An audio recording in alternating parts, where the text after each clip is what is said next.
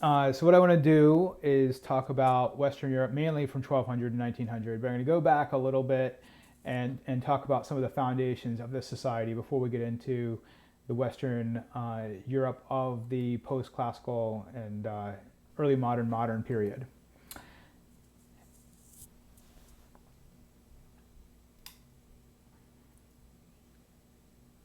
So one of the things I'm going to try to do is link what we're looking at here to some of the document-based evidence, and so this can be from historians or from first-hand witnesses. And so this particular source says one of the astonishing things that is talked of through the fires of discord, though the fires of discord burn between the two parties, Muslim and Christian, is that Muslim and Christian travelers will come and go between them without interference. So what he's referring to here are the Crusades. And kind of in a world history course, our focus is not on the military part of the Crusades, it's on the trade that develops as a result, because that is going to have a far greater impact on the societies involved, a much longer lasting impact, because the Crusades, kind of taken as a whole, fail militarily. What we're doing with this document then is trying to piece together, how to use his information as evidence. What can be trusted as credible. And so here he's talking about the Christians impose attacks on the Muslims in their land, which gives them full security, the Muslims full security. And likewise, the Christian merchants pay a tax upon their goods in Muslim lands. Agreement exists between them, and there's equal treatment in all cases. Okay, so because he's trying to make a point, he might exaggerate how there's always equal treatment in all cases. But again, with this source, what's much more compelling is that he traveled to this region and he's writing as an outsider of his impression.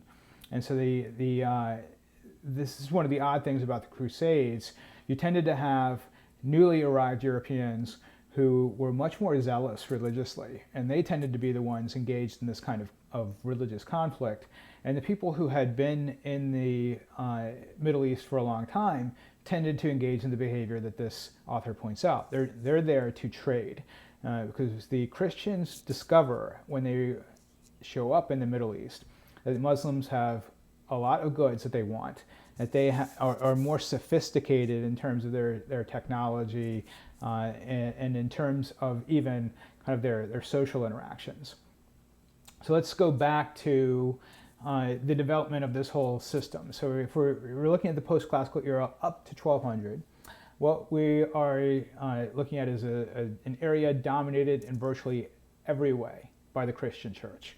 And if you were living in Europe in that time, everything from your calendar of events to your social obligations to what you could eat would be dictated in some way or another by the Catholic Church. And then we're looking at the development of a feudal system. So going back a little bit, Christianity develops right around zero. So the convenient thing for us is the dating system is based on the Christian calendar. So it goes back to the life of Jesus. And so Christianity developed out of Judaism. It developed in the classical Roman Empire, so it was able to take advantage of the road system and the peace that the Romans had established, but also take advantage of the fact that the Romans were still practicing an imperial polytheistic religion that was practical but didn't really give you any insight into the whole meaning of life, right? So Christianity kind of fills that void in terms of spirituality, especially during the decline of the Roman Empire. And so as the Roman Empire declines, Christianity is going to become a stronger belief system, but it also becomes a stronger organizing force. And so the Christian church comes to mirror the hierarchy used by the Roman government. So with the Pope at the top, who is the Bishop of Rome, so kind of like the emperor controlling from Rome. So as everything else is just falling apart in the Roman Empire, Christianity is able to preserve things like books and writings, learning. And so Christian monasteries become critically important in that way. So Rome collapses in 476. And so that really begins the Dark Age. I have 600 on there because we want to kind of finish the Roman Empire off altogether. And a lot of times there's this misconception that the Dark Age is the Middle Age. That the Dark Age is the same as the Middle Ages, but the Dark Ages are a short period. And so Rome collapses, and one of the things we should know is that this is an unusual type of collapse. We've seen the collapse of other empires in other parts of the world, and it doesn't usually have the kind of effect that it does when Rome collapses around 500, where learning virtually disappears and urbanization declines and all of that. Well, the Dark Age is, there's something to it, because the Germanic groups that had invaded did not really value learning. They didn't really value the Roman idea of citizenship. And so for most people in the West, Roman institutions disappear for a time.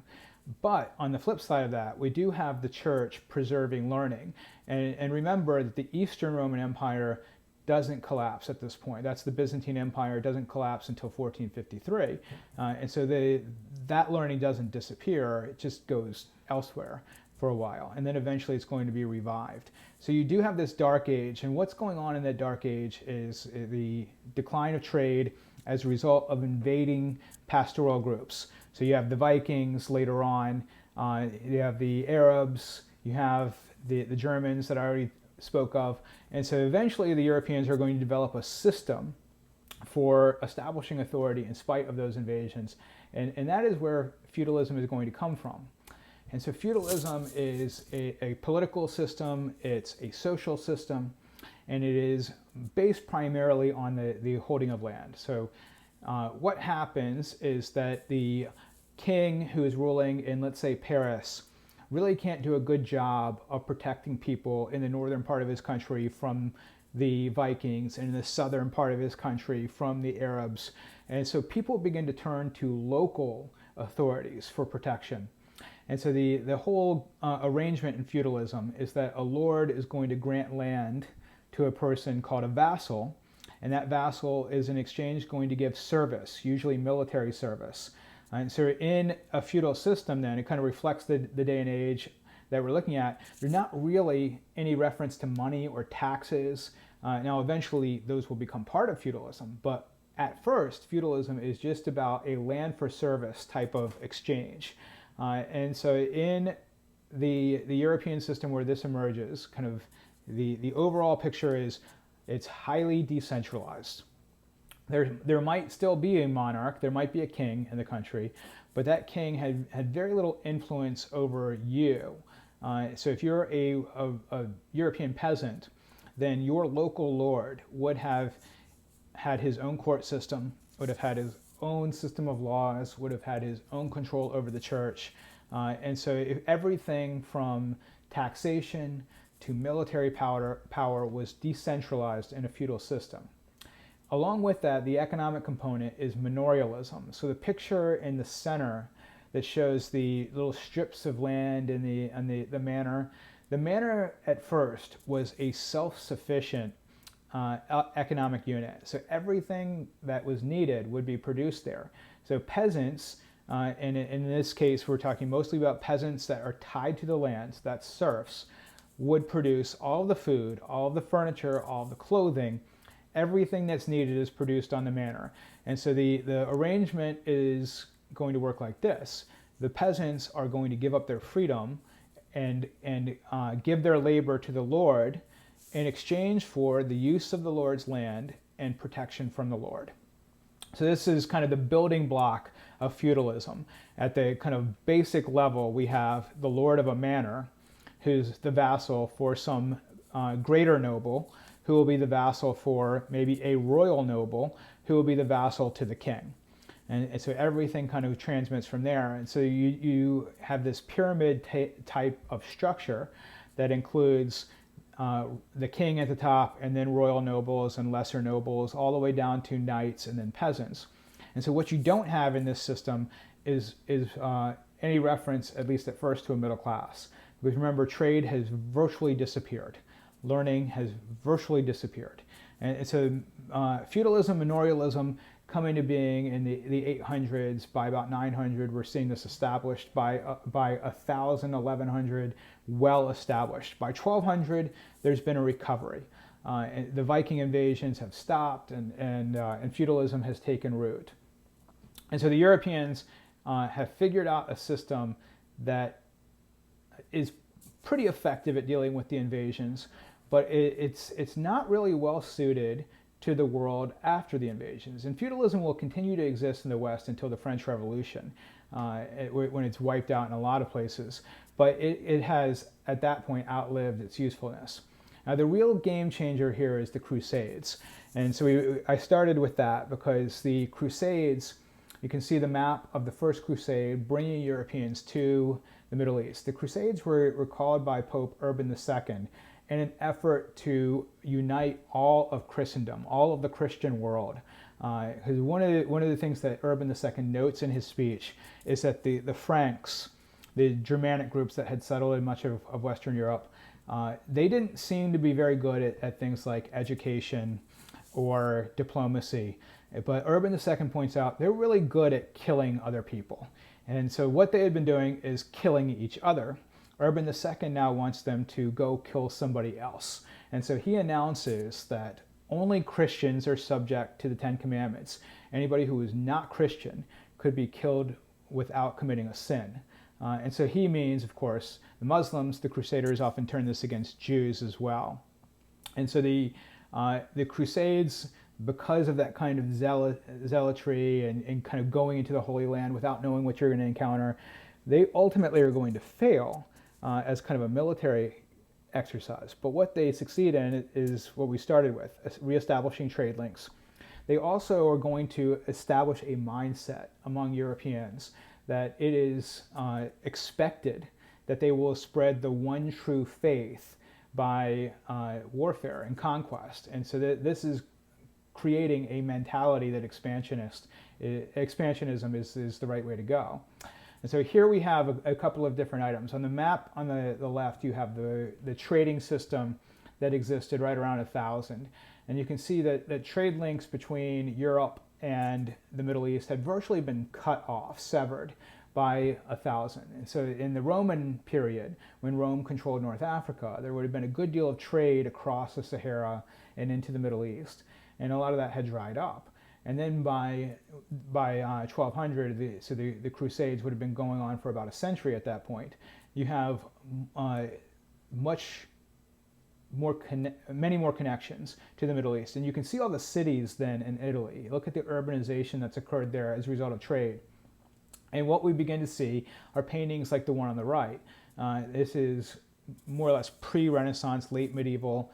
Giotto is painting Mary wearing silk. And so silk has once again emerged as a luxury product among the elite, and especially in Italy, where this trade is funneling through. And so that's going to really be a game changer in Europe. Now, here we see not just the external trade routes, but the internal routes that have developed in Europe. And you can see as well a lot of the goods that are in demand. So a lot of ideas are spreading from the Middle East and into Europe, like how to make paper, the number system, ideas in medicine, ideas like algebra. And so the Europeans, when the Crusades start, were kind of on the edge of civilization. They still didn't eat with utensils. They rarely bathed. And they encounter this group in the Muslims that considers that to be borderline civilized. And so a lot of these behaviors then are adopted as a result of interactions with the Islamic world. And so it's for that reason that the Europeans are able to go in 1200 from being considered borderline civilized to 1500, where they're sailing across oceans and establishing empires. And so the other thing we see in this network is that the Europeans are not creating a whole lot that's going to be in high demand outside of the European and African world. So people in Asia are not going to want a lot of the European goods. And so that means that Europeans are paying for the Asian luxuries in precious metals. And so you can kind of think of a giant arrow pointing off to the east, representing the precious metals of the Europeans. It's just draining away. So you have to figure out, what are we going to do about that, right? So this is going to eventually going to create an incentive to explore. Now, what we're going to look at is the late post-classical period when Europe is really transformed. So by 1200, we have the feudal system, we have a strong Catholic Church, we have the development of decentralized European states. And so what we're going to have in the 1300s in particular are a series of disasters that are going to transform Europe. And so the most noteworthy is the Black Death. So the trading system I just described brings a lot of good things to Europe. It also brings the bubonic plague. And so you can see the picture there. Those are the buboes, the swellings. And so the bubonic plague wipes out somewhere between 1/3 and 1/2 of Europe's population. That obviously is awful, right? And so you have this pandemic that spreads along trade routes, wipes out probably 1/3 of China's population as well.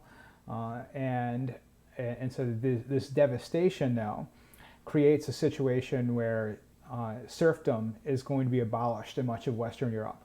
So think of the unevenness of the Black Death. Some trading centers are going to be impacted a good deal, and some aren't going to be impacted much at all. And so it impacts, as we see, the economy. And so you have a falling, you have food production falling. And while there are still many peasants, they're kind of unevenly distributed throughout Europe. And so you have some areas where there is high demand then for labor in order to produce the food. And so they begin to try to lure serfs away from estates by promising them freedom if they go. A lot of the towns did this as well. And so ultimately we're going to get this positive outcome about a century after the Black Death. The same thing is true of the 100 Years' War. So here is this devastating war that's fought between England and France. But what it's going to do is transform a lot of feudal institutions. So France ends up winning the war, and that's less significant than some of the more important trends of the conflict. So one is that gunpowder is becoming more important. Gunpowder armies are expensive. You need foot soldiers instead of knights, and so it's not a great fit for the feudal system. And so Europeans are going to struggle then to figure out how to form gunpowder armies for a while. Eventually they're going to get there, but it's going to take some feeling through the darkness to get there. So for instance, in the 100 Years' War, when they couldn't pay gunpowder soldiers up front, they would tell them, if you sack a city, you can steal everything that you want to steal. You can rape the women. You can enslave people. And so that was effective at forming a gunpowder force and getting that gunpowder force to go against your enemies. But those people tended not to stop sacking cities when you wanted them to stop. They just marauded through the countryside.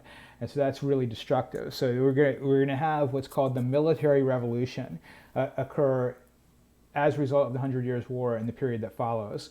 And so over the course of about a century, there's going to be a lot of pressure put on European states to centralize, because if you could centralize, you could tax more effectively. And if you could tax more effectively, you could have a better army.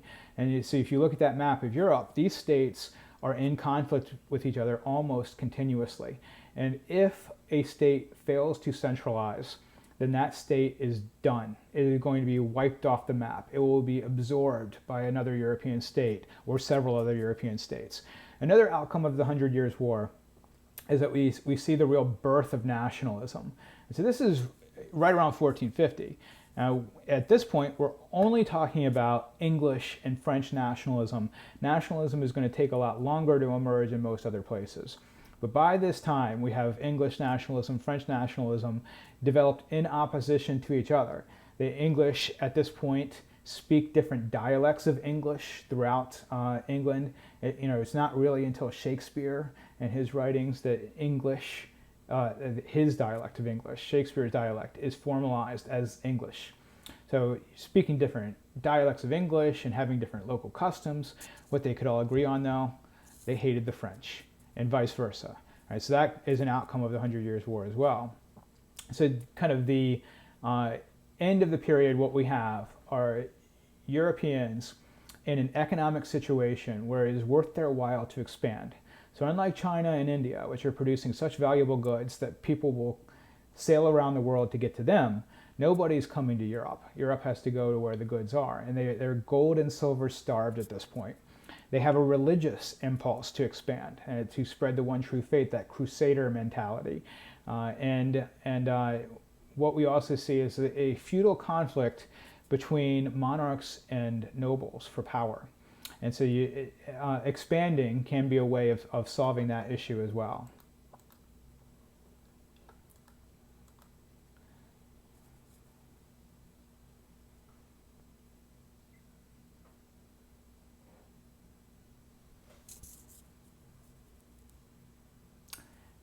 So this passage is referring to that crusader mentality that I just referenced. So you have the concept of violence was institutionalized. European art and literature had long celebrated the life of the chivalrous knight and his capacity to use force judiciously. So the code of chivalry referenced there is going to matter a lot, because in the code of chivalry, you had to be chivalrous. You had to show chivalry to people in your social class and to people who were Christian. But otherwise, no, the code didn't apply. And so we have Europe's distinctive character is more aggressive, more unstable, and less peace-minded than other parts of the world now paid off. And so kind of the idea that this historian is putting forward is that for European, being the crazy person worked. They took people by surprise. So when they show up in the Indian Ocean, for instance, a trading system that had more or less been peaceful in spite of the fact that there wasn't an overall authority controlling it, the Europeans' use of violence is going to be shocking. And so I mentioned the example of Vasco da Gama, who seizes a ship of pilgrims, Muslim pilgrims heading to Mecca, and burns it to the waterline with everybody on board. That kind of gratuitous violence enables the Europeans to make inroads in a way, but that requires a whole lot of expense overall. So we're going to have Europeans that are going to rely on that military capacity, and some that are going to rely more on a business capacity. And so what we're looking at, one of the things I've asked you to do is come up with summaries for different periods and different time periods. And the simpler those summaries are and the easier they are to remember, then the more useful they'll be to you. So here I have kind of a simple summary. There's a lot going on in this period, but we can kind of boil it down to commercial expansion and absolutism. So let's take the first one first. In 1492, Columbus sails the ocean blue, and that's the benchmark that you want to use for European expansion across the ocean. In 1495, Vasco da Gama sails around Africa and gets to India. And so you have the Europeans establishing trade links, sea-based trade links that didn't exist before. So the whole purpose, remember, was to get to the Indies, to get to China, to get to Japan, to get to the Spice Islands, to get to India. And Columbus instead hits two entire continents. And so it doesn't admit that that's what he did, but he does this. So let's back up. Because the Europeans feel like they should expand, and because there's this economic need to expand, what European political figures will do is finance voyages of exploration. So when we take Vasco da Gama's voyage, he's successful because he was building on earlier Portuguese expeditions exploring the coast of West Africa. So Prince Henry, the Navigator of Portugal, had to sink a lot of money into exploring when very little of that money was going to come back, because they weren't yet able to discover a route to Asia. And so in a time period where European trade has recovered but isn't where it's going to be later on, it's the monarchs who are able to front the money. Merchants don't yet have the money to basically sink money into research and development and finding a route. So that's part of what we're seeing here. And so the first voyages were sponsored by countries like Spain, who sponsors Columbus's voyage, or Portugal, who sponsors the voyage of Vasco da Gama. And those were two of the leading Catholic countries. And so they are going to be in a rivalry with each other, but not the same as the rivalry that the Spanish will be in with, say, the Ottoman Empire, which is a Muslim state, or the English, who are eventually going to be Protestant. So the Spanish then accidentally form a maritime empire. That wasn't the intent. People like Cortez go off on their own without monarchical support, and they establish a gigantic empire in Mexico. And so these maritime empires then, as they form them, they have to figure out, well, how are we going to govern them? And so this is going to be one of the trends in the directions of centralization as well. How do you rule this empire that's across an ocean? So the earlier empires had been land-based. These maritime empires were formed through gunpowder and formed through the advances in technology. So what this will lead to is a Columbian exchange that's going to contribute to a trend that we would already have seen in Europe. So after the Black Death has run its course, and so the Black Death, there's several outbreaks of it, but by the time we get to the late 1400s, it has more or less run its course. We don't have any significant outbreaks after that. And so Europe's population had begun to climb steadily. And so a lot of that was just pure luck. There wasn't some epidemic that they brought back from the Americas. And there could have been, but there wasn't, luckily for them. And so what they bring back instead are ideas about how to grow crops like the potato. And so remember that the Columbian Exchange is not a trading system. It includes a trading system, but it is ideas. It's the idea of how to grow potatoes. People weren't trading potatoes. Sailing across the ocean took too much time. It was too expensive for you to sink money into trading a potato across the ocean. You would trade silk or sugar or tobacco or a luxury good that was of value. But the potato, when it enters Europe, is going to contribute to that population growth. So population is on the rise. And so what we see with these societies is that population growing is going to put pressure on institutions that weren't meant for population growth. So if feudalism is based on land, then population growing means there's less land per person, and that's going to be trouble. The economic transfer that takes place is going to lead to the development of mercantilism. And mercantilism has its roots prior to European exploration, but it really takes off as an economic system as a result. So what the Europeans want to do is to export as many goods as they possibly can that are manufactured goods. So you want to get other societies to buy your manufactured goods because that's where the most money can be made. And you want to, if at all possible, you want to create all of your raw materials. So if you're importing raw materials, you want those imports to come from your colonies, if at all possible. So colonies exist to serve the needs of the mother country in a mercantilist system. There's some exceptions to this rule. The Europeans were still going to buy manufactured goods from Asia, but what they want to avoid is buying manufactured goods from other European states, because the foundation of mercantilism is the idea that Europeans are going to be at war with other European states. And so you want to avoid a situation where you're fighting a European state that produces some good that you need. So you stop importing from that country. So in a mercantilist system, you create an empire and you put a wall around the empire. And the people in the empire are, in theory, only going to trade with other people in the empire.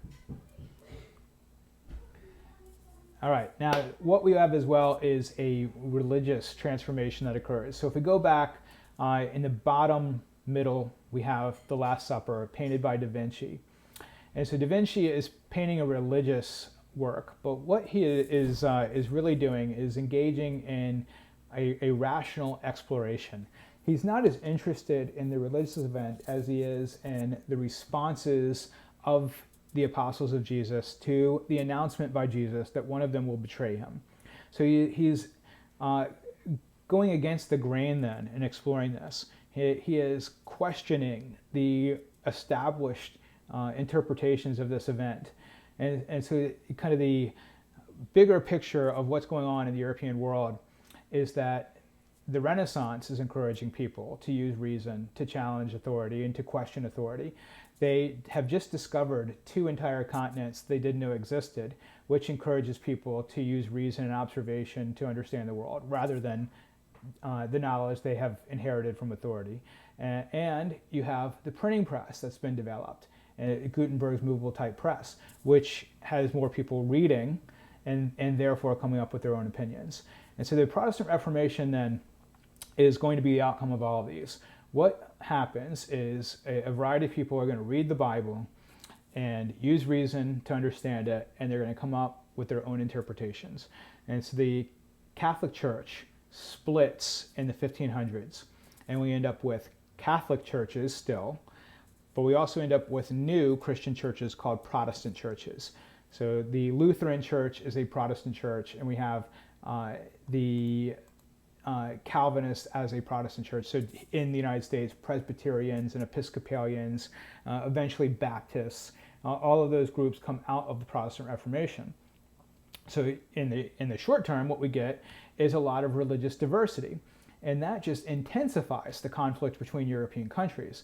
So it's not like today where Americans, generally speaking, are raised to believe that small differences in belief are really insignificant. I think most American Christians, when they look around, they think one church is pretty much the same as the other. But this is not the outlook in 1500, where Europeans thought that small differences in doctrinal interpretation would decide whether you went to heaven or hell. And so the Catholics, for instance, believed that when you had communion and so the bread became the body of Christ and the wine became the blood, that was a literal transformation. That actually happened.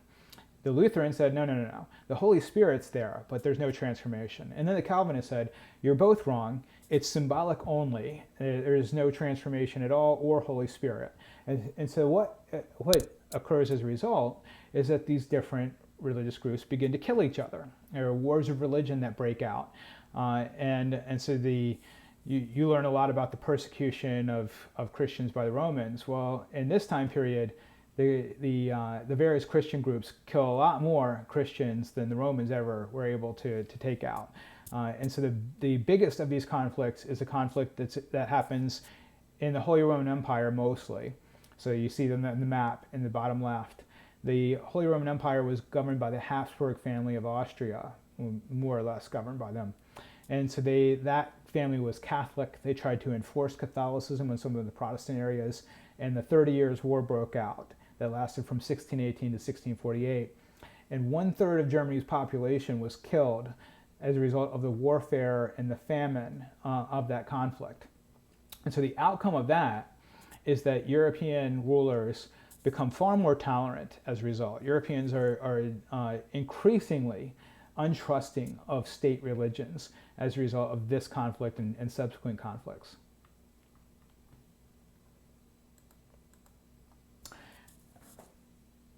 The conflict that occurs during the 30 Years' War and other religious conflicts is seen as a religious war, but it was also a war between nobles and the king. So in a feudal system, if the king tries to centralize more power and to create an army, for instance, that the king controls, then that is taking power away from the nobles, and vice versa. If the nobles try to exercise more control over the army, then that's stripping the king of power. And so what many people felt about the wars of religion is that they were caused by nobles having too much power and influence. And so think about this from the perspective of a merchant. If there is peace and you are a merchant, you're going to make more money because it's easier to trade. You don't have to worry about being killed as you try to travel along the trade lines. And so wouldn't you prefer a king who had absolute power and could maintain peace over a bunch of nobles who were able to disrupt the political system and cause instability? So that's why so many Europeans tend to support absolute monarchs. And the greatest of the absolute monarchs is Louis XIV of France. He establishes a palace at Versailles that is a symbol of his authority, so monumental architecture again, that would cost over $2 billion in our currency. And so the trend here is again in the direction of centralization. Louis XIV creates a gigantic army that is paid, equipped, loyal to his state. So he is taking military power away from the nobles. He creates a bureaucracy with officials called intendants that were generally drawn from the middle classes, which are now highly educated as a result of the printing press. So he has a large middle class to draw from as a result of the trade and as a result of the advances in education. And so this allows him to strip nobles of political power, but he can't just take that power away without giving them something. And in exchange, he gives them a lot of social prestige. They're living in his palace, and a lot of tax breaks. They're exempt from the income tax as a result of this. So in most European countries, there's going to be an effort made at the very least to become absolute. France will succeed. There's a German state, Prussia, that succeeds. The Austrians, to some degree, succeed. The Spanish are going to make an effort. And then there are going to be countries that go in a different direction. There's an alternative to absolutism. You could also have an alliance not between the king and the middle class, like Louis XIV forms, but between the nobles and the middle class, which is what we see happen in England, where you get parliamentary government, government by the legislature. All right, so by the end of this period, what we have is this money being pumped into these improvements in education and culture. We have the printing press, we have these discoveries. All of these discoveries challenge the European view of the world. And so we talked about how you already have a much better understanding of science than virtually anybody alive in 1750. And so you kind of look at that transformation. It seems to be common sense that the Earth is much bigger and much more important than the sun, that the Earth isn't moving because you don't feel anything. You don't feel a breeze like you do when you're in a car. You don't feel the motion. And so it's only during the scientific revolution that Europeans begin to challenge these ideas that seem to be so embedded in common sense. And so what happens is this scientific method catches on as the key to knowledge. And so in the 1600s, during the Protestant Reformation, one of the things that became widespread was accusing mainly women of witchcraft. So if this woman was on her own, unmarried, in the outskirts of town with her 11 cats, then she must be devoted to Satan and performing rituals in her little hut and using the cats as for familiars to spy on people. And so they would burn her at the stake as a witch. Then the scientific revolution happens, and a lot of these scientific views became popularized, even to people who couldn't read and write, and the witchcraft trials fade away. So by the time we get to 1750, Europeans, generally speaking, aren't putting people on trial for witchcraft. It's kind of like the, oops, our bad, that wasn't a real thing, witchcraft. Sorry, non-witches. And then this carries over to the Enlightenment. And so now we're going to use the scientific method to understand things like economics and government. And so Adam Smith claims that his capitalist views are based on Enlightenment reason and scientific laws. And John Locke is going to say the same thing about government, that government is based on a social contract, and he has figured this out through his rational, evidence-based exploration of governments. The Enlightenment is going to encourage people to think more in terms of individual rights, that all humans are equal. And so there shouldn't be, then, feudal distinctions between members of the nobility and members of the middle class. Nobody should have a special privilege because of the class they were born into. And so once again, we have this set of ideas that is hostile to the status quo. And so moving into the modern age, what that is going to result in is a whole series of revolutions, beginning with, in Europe, with the most significant kind of watershed revolution, the French Revolution of 1789. After the 1789 French Revolution and the conquest of Napoleon, feudalism will be abolished in France and it will be wiped out in most of Western Europe. So when we say feudalism is abolished, what we mean is that the law code that says that nobles get special privileges, nobles get more money as a result of their nobility. So those distinctions in law are wiped away. So obviously there are still going to be distinctions between members of the middle class and the nobility, but those are no longer embedded in law codes. And so the French Revolution, we talked about the patterns here. You have the earlier phase of the revolution where the Bastille is stormed and people are putting out documents like the Declaration of the Rights of Man. They're saying everybody has Enlightenment beliefs and our society is going to reflect the general will of the people. And then that transfers into a radical phase. So it seems to be the case that if during a revolution you try to simultaneously radically change the political system and change the social system by getting rid of the social hierarchy, then things can become really unstable really quickly. And you end up with a situation where revolutionaries begin to kill other revolutionaries over which direction the revolution should take. Should we have a republic? Should we have a limited monarchy? What do we want? And so that is what leads to the Reign of Terror. Thousands of people die. And so where we end up with in the French Revolution is one-man rule again. Napoleon seizes power, and he is able to conquer almost all of Europe. And so Napoleon is an example of the kind of person who comes to power as a result of the Enlightenment. In a feudal system, Napoleon never rises past the rank of major. Under the old feudal system in France, that was the rule. And here he's able to become an emperor and almost conquer all of Europe.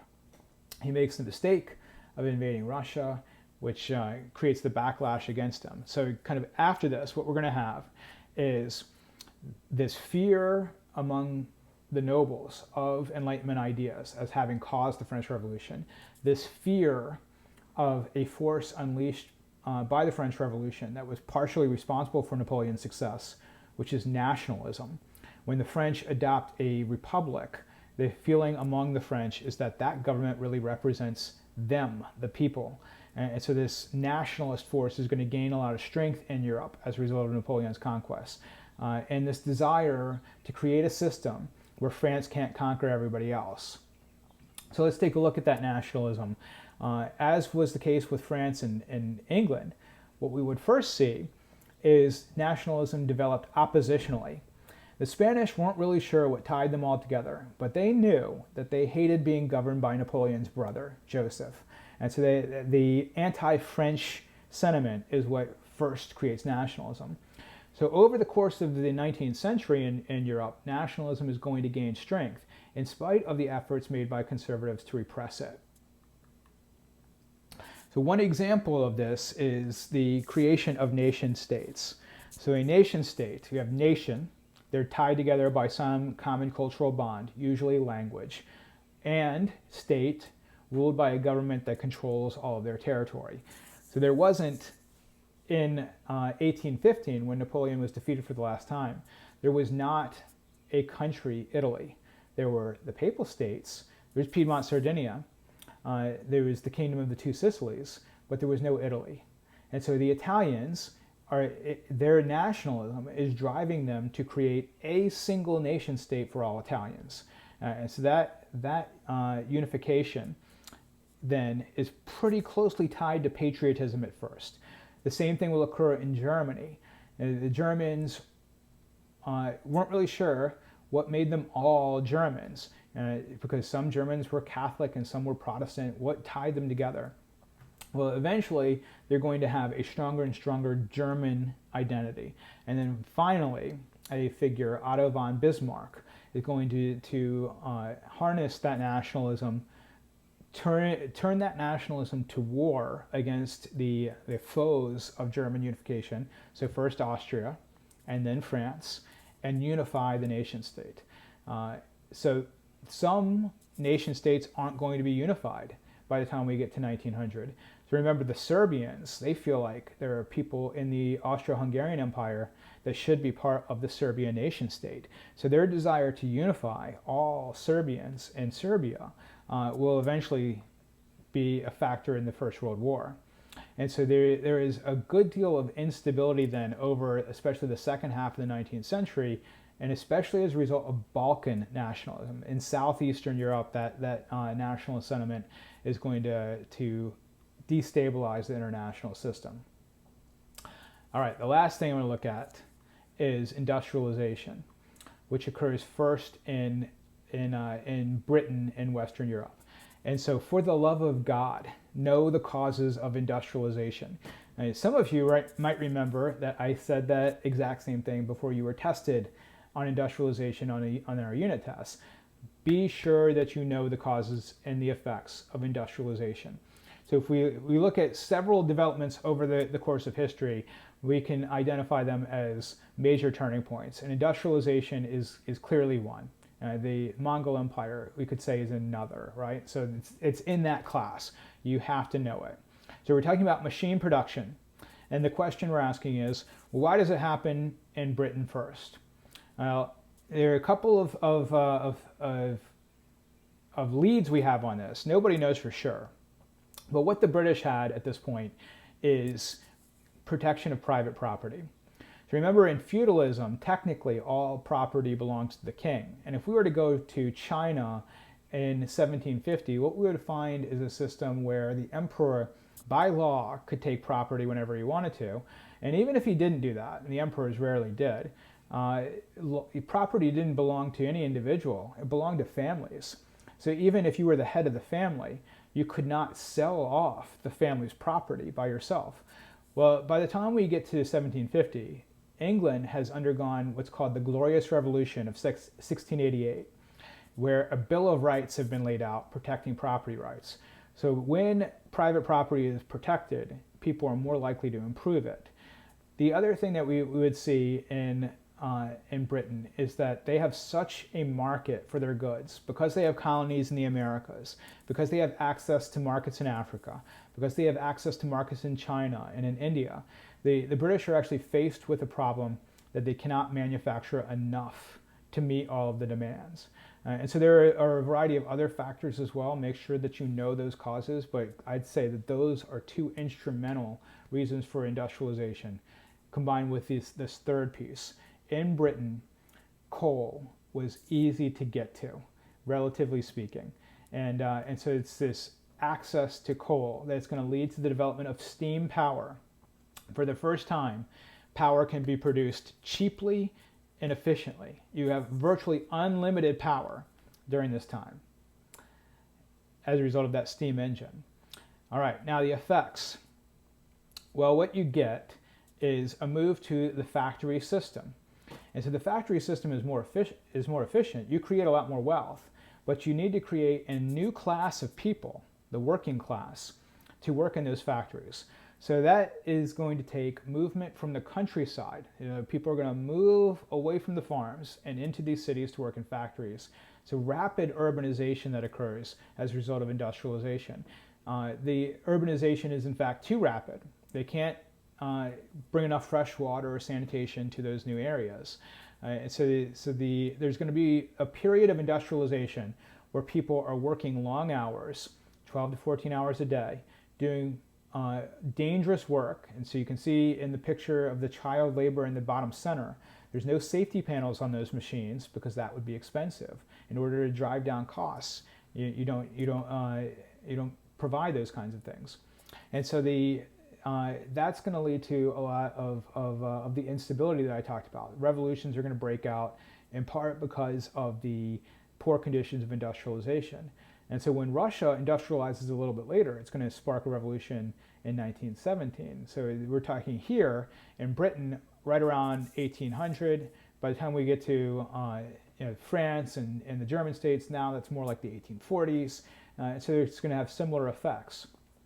So the class that is going to benefit from industrialization, the middle class, they're going to embrace capitalism because they're benefiting from that system. Privately owned businesses, protection of private property, the government staying out, all of that is part of capitalism. Whereas the workers are going to try to control and moderate competition through socialism. And socialism is when you're going to have, to some degree or another, society controlling factories or the means of production. And so you could have a little bit of that, or you could have full-blown socialism. So the guy in the middle at top is Karl Marx, who's going to argue in favor of a revolutionary, radical form of socialism. So that's communism later on.